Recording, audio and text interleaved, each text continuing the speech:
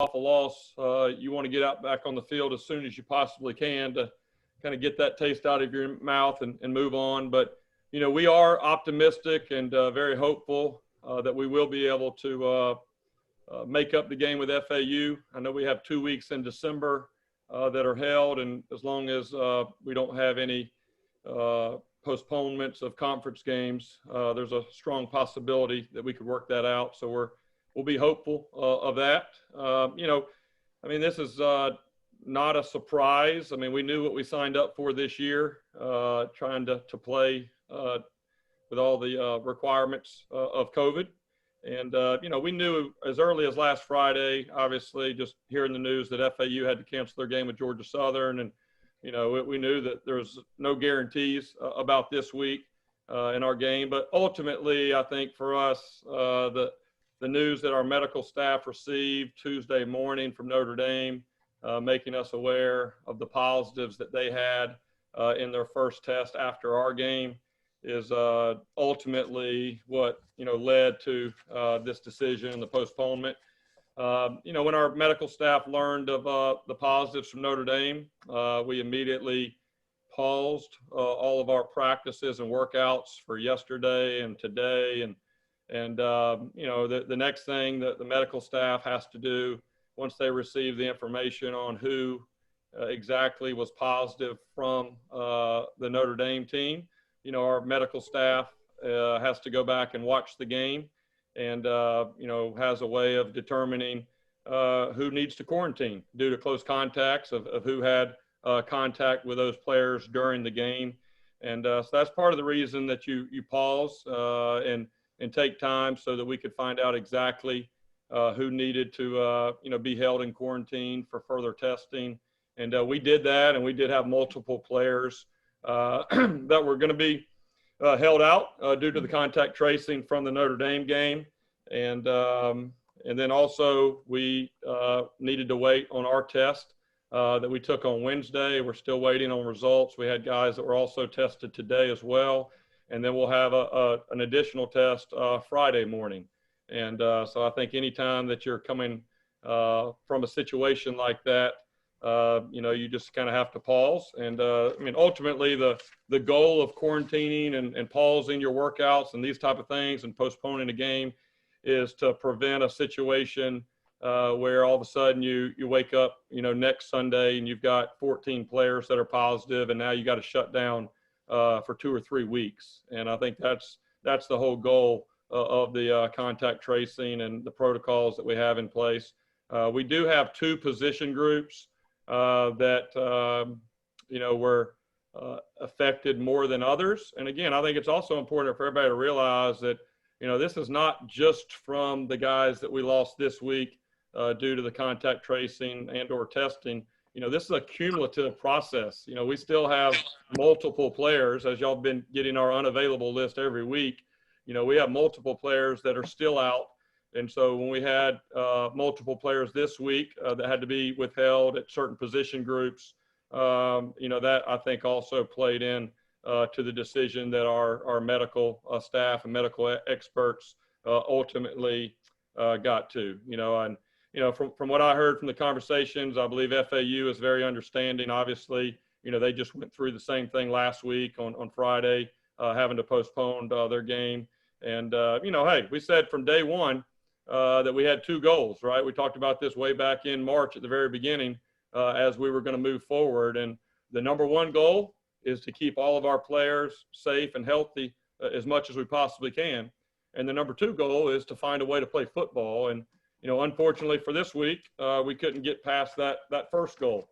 And, but if it means to postpone the game until December when we're able to safely play and keep our guys safe. And also, we're getting ready next week. We start our conference slate, and, we just want to, make sure that we are doing everything we can to keep our guys safe and give us an opportunity to start the conference play. So, for us, plans moving forward, like I said, we didn't have any practices yesterday. We didn't have any football practices today. Really, we've limited ourselves to meetings and walkthrough for the people that have been cleared, allowed to to at least take part in those meetings. But, we'll use this time as a chance to maybe just kind of regroup after 2 games. We had one game where, I was pleased overall with how we played. And we had another game, this recent game, where we did not play to our standard. And, usually a typical year, you have to wait till about middle of the season before you get a chance with an open week to kind of, reevaluate, recalibrate, refocus. And, so the silver lining in this is, we kind of get an opportunity to do that as a staff and as a team before we start conference play. So we'll put our, shift our mind to Cincinnati and, hopefully be in a position to go play good football next Saturday up in Cincinnati. So with that, I'll open it up for any questions. All right. Thank you, Coach. We'll start with questions from Kevin Lewis. Coach, you've been consistent in saying that there is nothing that anyone could tell you or Michael Kelly that would, throw you off or shake you or, during this whole process. Is this hit a little different maybe because, it's a game being taken off the calendar and not, postponing workouts or anything like that? It's definitely different. And that's what I talked to our team about is, we have a different opponent each week, right? A new opponent, but we have one opponent that's consistent every single day all year, and that's COVID, right? And, it's one thing to have guys have to be held out throughout fall camp, which we did.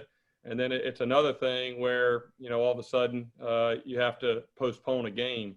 And so I think for us, it's also, a good opportunity to encourage our players and our staff that, we don't get an off day from COVID. We got to take everything serious every day. But, ultimately, disappointed, not surprised, obviously, because we've had a couple of days where there was discussions going on. But when the decision was made, obviously you're disappointed for your players and your team. But about a minute and a half later, you're putting together the plan of what you're going to do when we are allowed to get back and we are allowed to start practicing. That's literally how you have to kind of shift in your mind. And obviously we're going to hope for the best, but we probably would not be very realistic if we thought this was the last time that we're going to have to deal with something like this. It's going to be a battle every season. I know I talked to the head coach at Memphis last night for a long time and listening to things they've been dealing with. And so it's just something for all of us as coaches that, it is what it is. It's a new year and you just got to take every day as a new day and ultimately come in with a mindset of, keeping your players and coaching staff safe. And then anything that we get to do past that on the football side is really icing on the cake this year. Andrew Kesey. Coach, was yesterday kind of – you said that you guys knew what you were signing up for. Was there kind of a feeling that, what happened yesterday was almost inevitable? And were you also kind of slapped with the reality of buckle up because this ain't the first time this is probably going to happen this year? Yeah, well, number one, I choose to be optimistic just as an overall mindset. So I don't think that I went into the season with a thought that this is definitely going to happen. I think that, I had the thought of how can we do everything within our control to try to prevent, having a game be postponed. But at the same time, you also, in the back of your mind, have to start thinking through plans of when it does happen, how are we going to respond and how are we going to, make plans to take care of our players. So, it is, it's difficult. There's no doubt about it. But, like we tell our players all the time, man, we got to control what we can control. Let's have a good attitude about it and try to make the most of it. And if we as the leaders don't model that, then I think those words fall on deaf ears with your players. Matt Fortuna. Hi, Jeff. How are you? Good, Matt. How are you? Doing well. Thanks for asking. I'm curious, what have the conversations been like with you, with USF and Notre Dame in the days since the game? And do you think Notre Dame's ultimately responsible for your game not being played this Saturday? I don't know that they're responsible for that. I think we, as far as my conversations has primarily been with, you know, our athletic staff that works with us, and also Michael Kelly, as he's involved talking to, you know, the people with our conference office and all the medical experts and leadership there. So I really haven't had any, you know, conversations with Notre Dame, but, you know, I don't, you know, I wouldn't put blame on Notre Dame for, you know, what we're going through right now. I think, again, I'd say this, it's a cumulative effect, right? So if you take the amount of players at a certain position or two positions that are out due to COVID before the recent events, and then you add what's going on now this week, and you put it all together, you know, everything kind of adds up to ultimately to the decision where our medical staff did not feel like it was safe enough for us to move forward. Thanks. Will Turner. Florida Atlantic obviously now has had their season opener pushed back. I think this is the fourth time this fall. You know, how do you kind of feel for those guys that just haven't really even had a chance to get on the field and have had multiple games canceled at this point? Yeah, I know. I'm sure their locker room is disappointed, just like our guys are.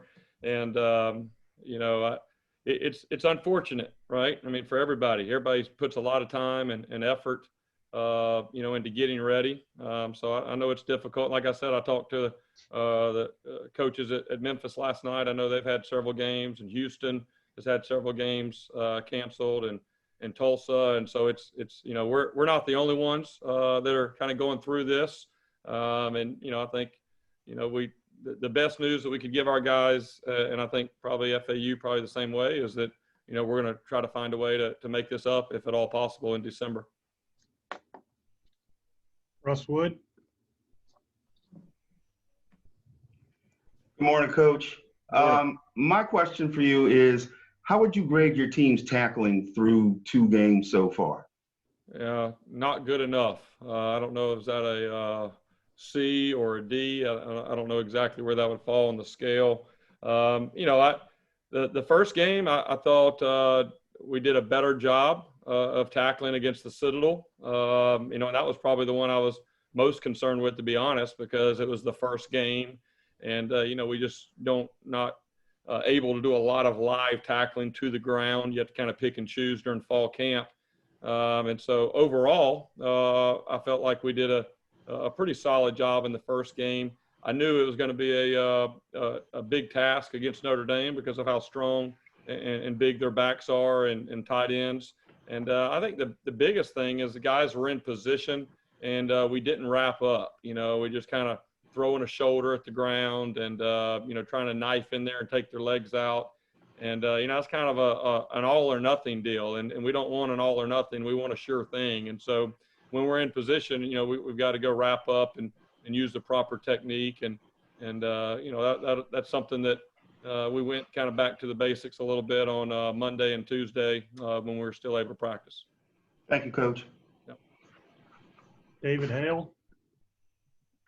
Hey, Jeff. Good to see you again. Yeah, I'm see you. curious if you can help explain a little bit of how contact tracing within the context of a game works. Because I know the CDC guideline is the 6 feet, 15-minute thing. I've heard coaches say that's what they've been using for games and practices as well. Sounds like you guys have used a more strict protocol. I was wondering if you could kind of explain how that works for you guys. Yeah, good question. I think everybody is trying to figure that out. I think ultimately we're all going through this for the very first time, right? And I mean, there's, I will say this, there's a lot of people that are spending a lot of time working on that very question, and coming up with protocols from a conference level to a school level to your local CDC, the community that you're in, the leaders there. And, you know, I don't know that there's one exact and right way to do it. I think there's probably a lot of data that's taking place right now, to be honest. I really feel like we're kind of in the early stages of the season, and people are, you know, charting kind of the facts of like, all right, these guys we know had it during the game. these guys had close contacts? Are we gaining positives from that? I'm hopeful, that later the second half of the season, that we'll know a lot more about that. But, ultimately it's up to the conference, medical staff, along with your school, doctors, medical staff, and, kind of the policies and procedures that they have in place as they go back and dissect the game and see, is there, is it just one contact that happened, or is it, 5 or more contacts that happened? But, I'm not, I didn't come on here today to reveal that to the entire country of what everybody's contact tracing rules are. I think each conference, medical group, and, within the schools are working through that and have their policies and procedures. And, biggest thing I need to know as a head coach, and really is all I need to know, is who's out right now. And that's really what I've been told. It's not a situation where the coach is going in the film room with the medical staff and saying, hey, that didn't count. He ran around that guy. I mean, they go do the work. That's why you pause your workouts, and then they come up and report to you who's out. And that's really the way that has to be. Kevin Lewis. Coach, having coached, 18, 19, 20-year-old kids, sometimes when they get bad news, they don't react well. When you told the players, hey, there's going to be no game this Saturday, what was the response? Well, things always happen faster than you want them to happen. We had a team meeting scheduled for last night at 6:30. And the news ended up getting released really by both sides, maybe around 5:45 yesterday. And so I ended up having to send the guys a group message to try to get ahead of the release, and told them that we would talk through the details at 6:30. So it was not a situation where they went in and I told them in person for the first time. I mean, they knew before they jumped on the 6:30 in the 6:30 meeting. But, they were disappointed. I mean, these guys want to play. They practice. Everybody wants to play. But, we talk about this every day. I mean, these guys have known that it's a possibility, and it's different in talking about it possibly happening or watching it. And I've tried to educate our guys as we see other teams that have to sit out games and things like that. I try to talk about those with our players to kind of prepare them for the possibilities that exist, so that when it does, it's not, some panic or huge, surprise. But, ultimately the guys were disappointed, and I just kind of told them, hey, we got, 24 hours. Let's, try to turn the page and worry about, what's in front of us. And, the best is yet to come. And, we got another game to look forward to here in 9 days. And that's kind of where the focus was, moving forward. Will Turner. Coach, do you think that your inability to get the wide receiver position going in terms of production is because of the instability with the quarterback situation right now? I believe that that may be a factor to it, but watching the video and watching practice and all the things, it really goes the other way too. I feel like some of the inconsistencies that we've had at the quarterback position have been because the receivers aren't where they need to be. And y'all have heard me say it many times. I mean, this is kind of my passion and what I've done my whole life is the receiver and quarterback play. And, playing the passing game is all about spacing and timing. And when you don't get your depth, then the timing and spacing is off just on one thing right there. And if you're not at the correct landmark, then the timing and spacing is off and it doesn't work. And that's what's beautiful whenever you are throwing the ball well, that everybody is in sync. And so, my message to the wideouts is, hey, we need to get improve and be where we're supposed to be when we're supposed to be there. And then, to the quarterbacks is, hey, we need to improve and be sure the ball is where it's supposed to be. And then, hey, we'll meet in the middle, right? And that's kind of the mindset that we have. And I am still very optimistic of the potential of our passing game, because we have talent at receiver and we have talent at quarterback. We just have not executed and played to the level that we're capable of. I've also been around teams many years ago where you just didn't have talent at one of those two positions, and it makes for a very long year. And that, quite honestly, is not the situation this year with us. We've just got to clean up some things and become more effective for our passing game to really take off and allow our offense to take off. Nathan Bond. Hi, Coach. How are you? Good. How are you? Doing well, thanks. Earlier this week, Coach Taggart said, last week prior to their game getting canceled, they would have had up to 25 guys miss last week. And then I believe it was Tuesday or Wednesday, it said that maybe 15 to 20 guys would have had to miss this week, but they would have still been able to play. Is that kind of the threshold for you guys? Like, if we kind of get closer to 20, 25 players, it doesn't behoove the school, the university, the team to play that kind of game? Yeah, I think probably the more immediate threshold. I mean, quite honestly, if you have 20 guys that are out and they're all scout team players that are not part of your game plan, as long as they're completely removed and quarantined and not have a chance to affect your team, then you could potentially play, right? If they're all scout team guys. We have 115 on the roster, and we typically take 70 to the hotel when we travel. I think probably the bigger threshold is the positions. When you're talking about certain positions and you get to a point where you have no backups at all, whether it's a walk-on, a freshman, or anybody else at a certain position, then that's putting, your team at risk there. And but that's still just one factor in the whole deal. There's multiple factors that when you put them all together is, I think, what kind of comes around to that decision. Andrew Kesey. Coach, I know you said that you're still waiting for Wednesday's results, and you have several players. You're holding out a lot of players that do the contact tracing, and you can no comment this if you have to. But are you aware of any positive tests that have popped up this week? Right. And let me be clear. We tested Wednesday. We've tested some additional guys today, and we'll test again on Friday. So I have received some results, but not all of the results. And I think the way that I would like to proceed is to continue the way that we have been, and really not discuss the potential numbers of positives of people that may be out, or clarify how many are out due to a positive test, how many are out due to contact tracing.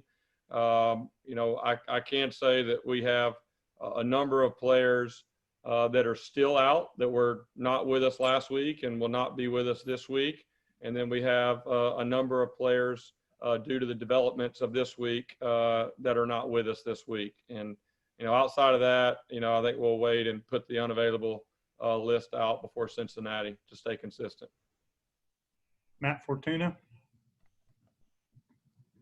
Jeff, with the understanding that everything's new here, right? Everyone's learning how this thing works, and every week's bringing new challenges. Do you have an idea of how Notre Dame could have played against you guys with guys who either had the virus or should have been in contact tracing? And then second question, again, with the understanding that this is a cumulative effect and, people are on different timelines.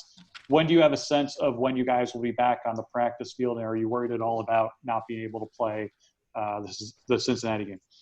Yeah. So I'm going to try to use a word that is difficult for me to say. The incubation period is what I'm learning. Not that hard. Right. Yeah. So, because I thought I had the answer to this whole COVID deal about a month ago. I went and met with our doctor, and I said, what if we got USF Health in our backyard, and, we can go raise a little bit of money. What if we test our guys every single day? Then we could eliminate contact tracing, right? Because you're going to literally, even if you have a positive, you're testing everybody the next day, you would know. And I was so excited, proud of myself. I thought I had the answer. And then he educated me a little bit about this incubation period, that sometimes, someone could be exposed, but it might not show up until the 4th day, the 5th day, or the 6th day.